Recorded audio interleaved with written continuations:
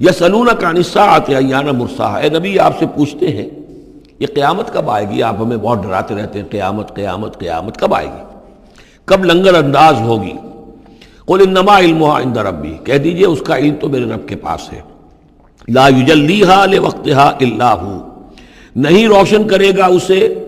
اس کے وقت پر مگر خود وہ، اس کا وقت سوائے اللہ کے کسی کے علم میں نہیں، کسی فرشتے کے علم میں نہیں ہے،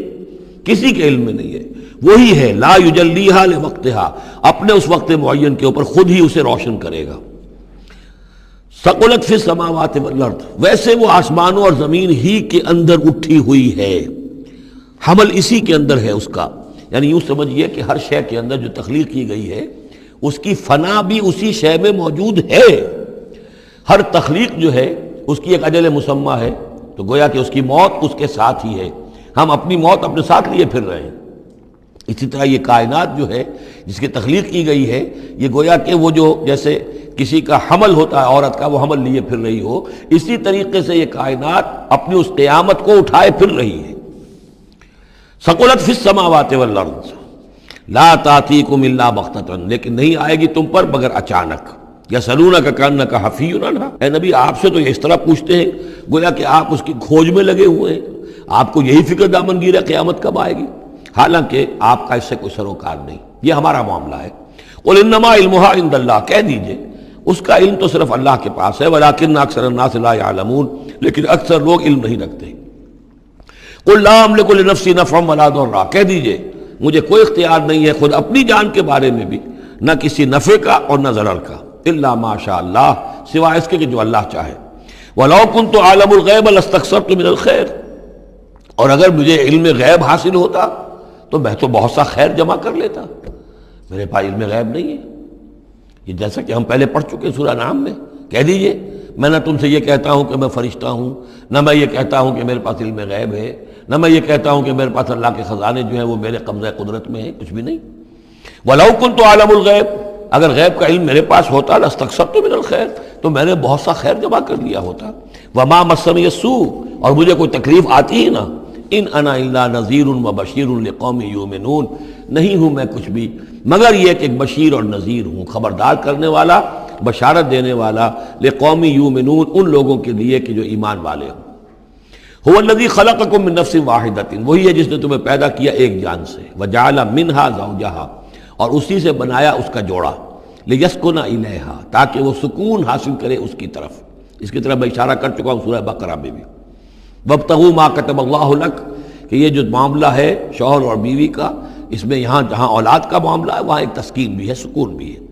فلما تغشاها، تو جب شوہر ڈھانپ لیتا ہے اپنی بیوی کو، حملت، اور اس سے حمل ہو جاتا ہے، حملا خفیفا، اور وہ ہلکا حمل ہوتا ہے، ابھی پتہ بھی نہیں چلتا کہ کوئی حمل ٹھہر گیا ہے، فمرت بہ، تو وہ اس کو لے کر چلتی پھرتی رہتی ہے۔ فلما اثقلت، جب بوجھل ہو جاتی ہے، دعوا اللہ ربہما، تو اب وہ دونوں اللہ کو پکارتے ہیں اپنے رب کو، لئن آتیتنا صالحا، اے اللہ اگر یہ بچہ تو ہمیں عطا کر دے گا صحت مند، صحیح، درست، ہر نک سکھ سے صحیح ہو، اس کے تمام اعضاء درست ہوں،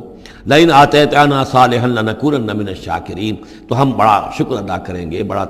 ہم تیرا احسان مانیں گے۔ فلما آتاہما صالحا، اور جب اللہ تعالیٰ نے انہیں عطا کر دیا درست بھلا چنگا بچہ، جعلا لہ شرکاء، اب اس میں شریک ٹھہرا دیے، یہ فلاں بزرگ کے مزار پہ میں گئی تھی، یہ ان کی نگاہ کرم ہوئی ہے، اور یہ فلاں جو ہے دیوی کی کرپا ہو گئی ہے کہ جس کی وجہ سے مجھے اولاد مل گئی ہے، دیا اللہ نے، اور اب یہاں پہ اس کے لیے دیوی اور دیوتا یاد آ گئے۔ فتعال اللہ عما یشرکون، تو اللہ بہت بلند و بالا ہے ان کے شرک سے۔ ایشرکون ما لا یخلق شیئا وہم یخلقون، کیا وہ ان چیزوں کو شریک کر رہے ہیں اللہ کے ساتھ جو کوئی شے تخلیق کرتے ہی نہیں، وہ تو خود مخلوق ہیں، فرشتے ہیں تو مخلوق ہیں، جنات ہیں تو مخلوق ہیں، انبیاء ہیں تو مخلوق ہیں، اولیاء اللہ ہیں تو مخلوق ہیں، تو خود مخلوق ہیں، سب کے سب مخلوق ہیں۔ ایشرکون ما لا یخلق شیئا وهم یخلقون ولا یستطیعون لهم نصرا ولا انفسهم ینصرون، نہ وہ ان کی مدد کر سکتے ہیں نہ وہ اپنی مدد پر قادر ہیں، وہ تو سب کے سب جو ہے اللہ کے بندے ہیں۔ ان تدعوهم الی الہدی، اب یہاں پر تدریجاً بات لائی جا رہی ہے ان کو کہ جو ان کے اصل جو ڈیٹیز ان کی ہیں، وہ تو سمجھتے ہیں دیویاں ہیں، دیوتا ہیں، وہ تو اوپر ہیں، وہ تو انویزیبل ہیں، ہم نے ان کے نام پر یہ بت تراش لیے ہیں۔ تو چاہے رادھا کرشنن ہو، چاہے کوئی اور فلسفی ہو،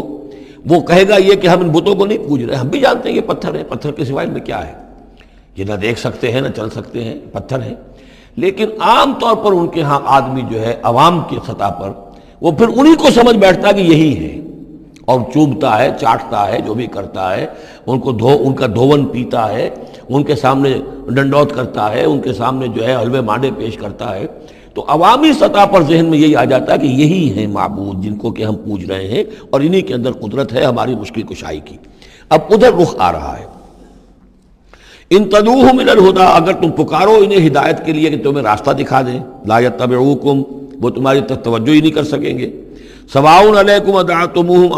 ام انتم صامتون، برابر ہے تم پر کہ تم انہیں پکارو یا خاموش رہو۔ ان الذین تدعون من دون اللہ عباد امثالکم، ہاں جنہیں تم پکار رہے ہو، جنہیں دیوتا اور دیوی بنا لیا ہے، فرشتے ہیں یا اولیاء اللہ ہیں، وہ بھی تمہاری طرح کے بندے ہیں، عباد امثالکم، وہ تمہاری طرح کے بندے ہیں۔ فادعوہم فلیستجیبوا لکم ان کنتم صادقین، تو پکارو ان کو اور پھر دیکھو اگر تم سچے ہو تو پھر ان کی طرف سے تمہیں کوئی جواب ملنا چاہیے، کوئی وحی آنی چاہیے۔ لیکن یہ کہ ہم نے تو انہیں تمہاری اس، بلکہ آئے گا قرآن مجید میں آگے چل کر کہ وہ کہیں گے کہ ہم تو غافل تھے، ہمیں تو پتہ نہیں تھا کہ تم ہمیں پکارتے رہے، ہمیں ہماری دعائی دیتے رہے اور ہم سے مانگتے رہے، یا شیخ عبد القادر جیلانی شیئا للہ، ہمیں کیا پتہ تم نے یہ ہمارے ساتھ حماقتیں کی ہیں، ہمیں تو کوئی معلوم نہیں۔ تو وہ تو کہیں گے غافل ہیں ہم۔ اب یہاں بتوں کی طرف اشارہ ہو رہا ہے، ام لہم ارجل یمشون بہا، کیا ان کے پاؤں ہیں، تم نے بنا تو دیے پاؤں، کیا چلتے بھی ہیں ان سے؟ ام لہم ایدین یبطشون بہا، ہاتھ بھی تم نے بنا دیے ان کے، لیکن کیا یہ اس سے پکڑ بھی سکتے ہیں؟ ام لہم اعین یبصرون بہا، کیا ان کی آنکھیں ہیں جن سے یہ دیکھتے ہوں؟ ام لہم آذان یسمعون بہا، یا ان کے جو کان ہیں ان سے یہ سنتے ہیں؟ قل ادعوا شرکاءکم، اے نبی اب کہہ دیجئے، اب یہ قول فیصل ہے، جیسے حضرت ابراہیم سے کہلوا دیا گیا تھا، انی بریء مما تشرکون، اور تم جو بھی کچھ تمہارے یہ معبود ہیں جو میرا بگاڑنا چاہیں بگاڑ لیں، مجھے کوئی خوف نہیں۔ قل ادعوا شرکاءکم، اے نبی ان سے کہہ دیے پکار لو اپنے سارے شریکوں کو، ثم کیدون، اور پھر میرے خلاف جو چالیں چل سکتے ہو چل لو، جو بھی اقدام کر سکتے ہو کر لو۔ فلا تنظرون، مجھے کوئی مہلت نہ دو، میں تم سے کوئی درخواست نہیں کرتا کہ میرے ساتھ نرمی کرو، مجھے مہلت دو، جو بگاڑ سکتے ہو بگاڑ لو اپنے سارے معبودوں کو پکار کر۔ ان ولی اللہ الذی نزل الکتاب، میرا ولی، میرا پشت پناہ، میرا مددگار، میرا حمایتی، میرا حفاظت کرنے والا وہ اللہ ہے جس نے یہ کتاب مجھ پر نازل کی ہے۔ وَهُوَ يَتَوَلَّى الصَّالِحِينَ، اور وہ اپنے صالح بندوں کا ولی ہے، ان کا ساتھی ہے، مددگار ہے، پشت پناہ ہے۔ وَالَّذِينَ تَدْعُونَ مِن دُونِهِ لَا يَسْتَطِيعُونَ نَصْرَكُمْ، جنہیں تم پکار رہے اس کو چھوڑ کر وہ تمہاری مدد کی استطاعت ہی نہیں رکھتے، ان کے اندر طاقت ہی نہیں ہے۔ وَلَا أَنفُسَهُمْ يَنصُرُونَ، نہ وہ اپنی جان بچا سکیں گے۔ وَإِن تَدْعُوهُمْ إِلَى الْهُدَىٰ لَا يَسْمَعُوا، اگر تم انہیں ہدایت کے لیے پکارو کہ ہمیں کوئی ہدایت دے، جیسے ہم اللہ کو پکارتے ہیں اہدنا الصراط المستقیم، اہدنا الصراط المستقیم، تو وہ تو تمہیں لا يسمعوا، وہ سنتے ہی نہیں، تم پکارتے رہو۔ وَتَرَاهُمْ يَنظُرُونَ إِلَيْكَ وَهُمْ لَا يُبْصِرُونَ، اور تم سمجھتے ہو کہ وہ تمہیں دیکھ رہے ہیں جبکہ وہ دیکھتے ہی نہیں۔ خُذِ الْعَفْوَ وَأْمُرْ بِالْعُرْفِ، اے نبی صلی اللہ علیہ وسلم، اب یہ آخر میں پھر حضور سے خطاب، یہ اکثر مکی صورتوں میں ہوتا ہے، اختتام پر حضور سے التفات۔ خُذِ الْعَفْوَ، اے نبی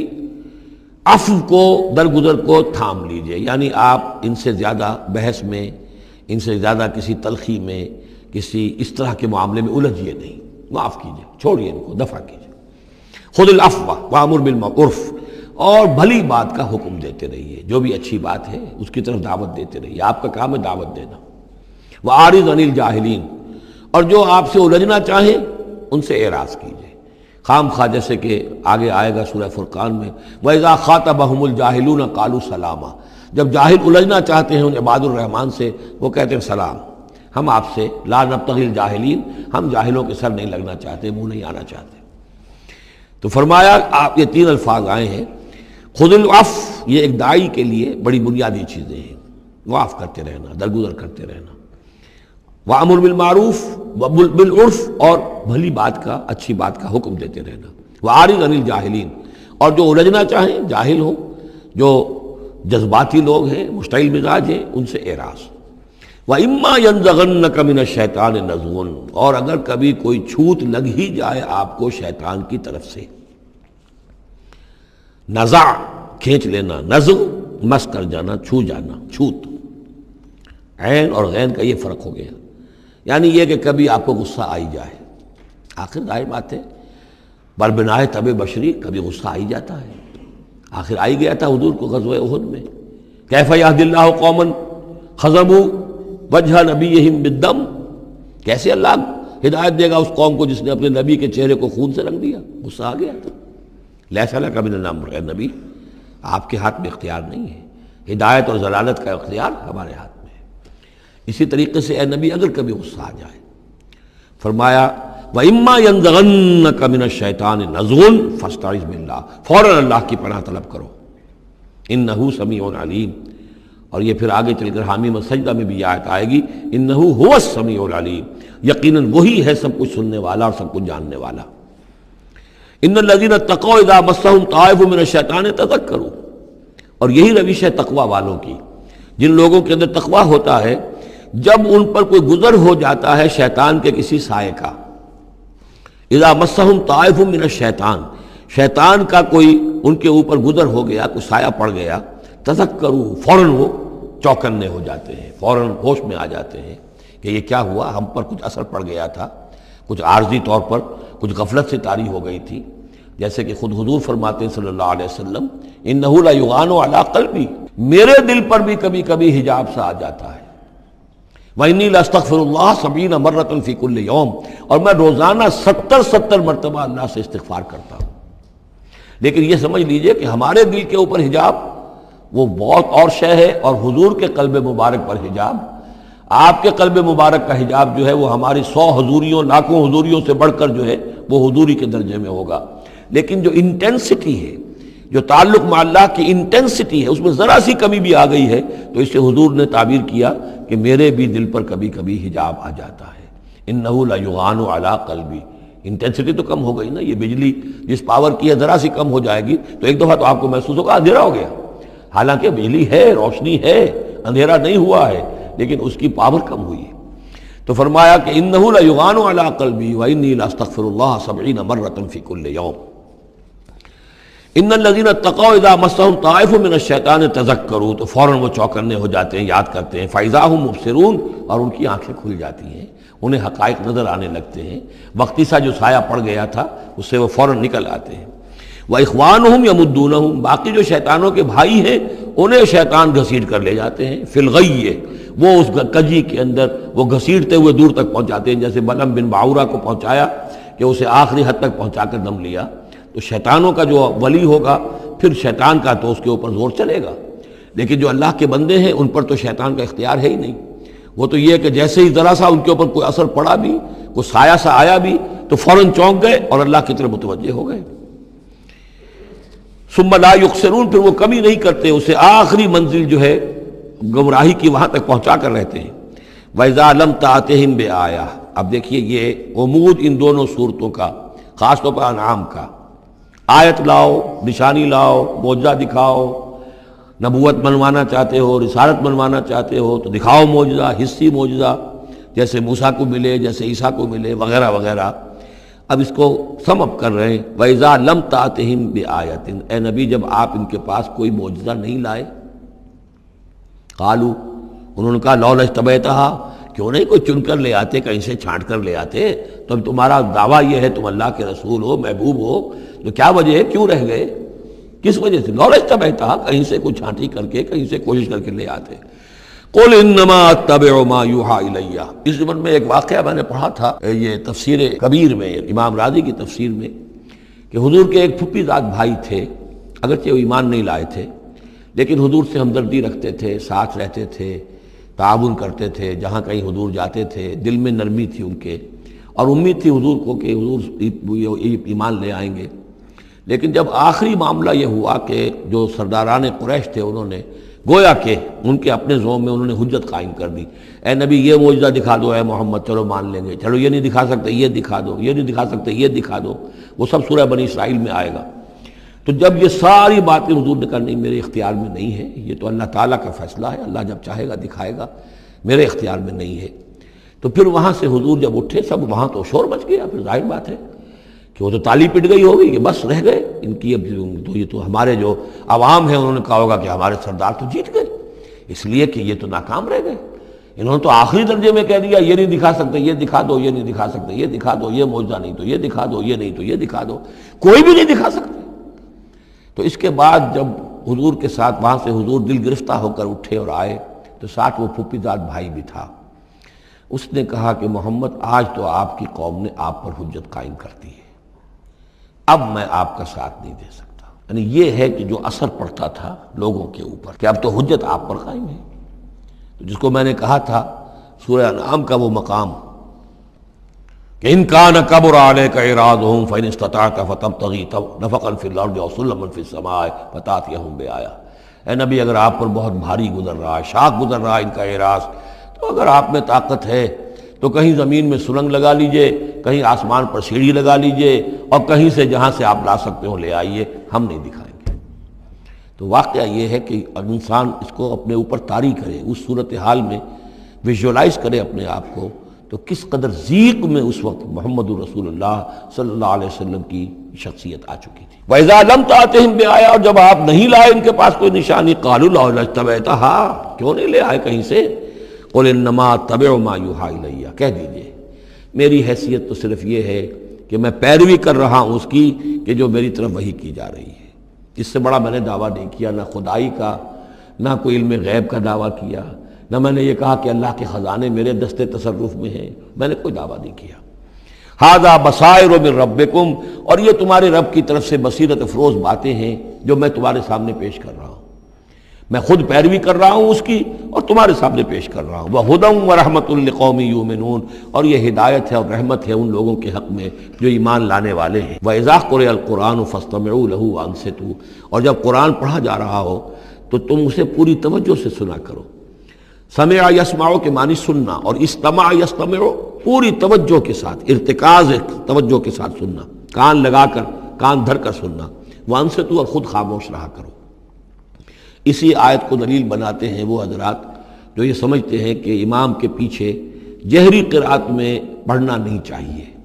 اس لیے کہ ظاہر بات ہے کہ جب امام پڑھ رہا ہے تو آپ کو پوری توجہ سے امام کی قرأت کو سننا چاہیے، خود پڑھنے کی طرف توجہ کریں گے تو پھر اس کے سننے کی طرف توجہ جو ہے وہ نہیں رہے گی۔ اور یہاں خاص حکم بھی ہے انصتوا، خود خاموش رہو، لعلکم ترحمون، تاکہ تم پر رحم کیا جائے۔ وَاذْكُرْ رَبَّكَ فِي نَفْسِكَ تَضَرُّعًا وَخِيفًا وَدُونَ الْجَهْرِ مِنَ الْقَوْلِ بِالْغُدُوِّ وَالْآصَالِ،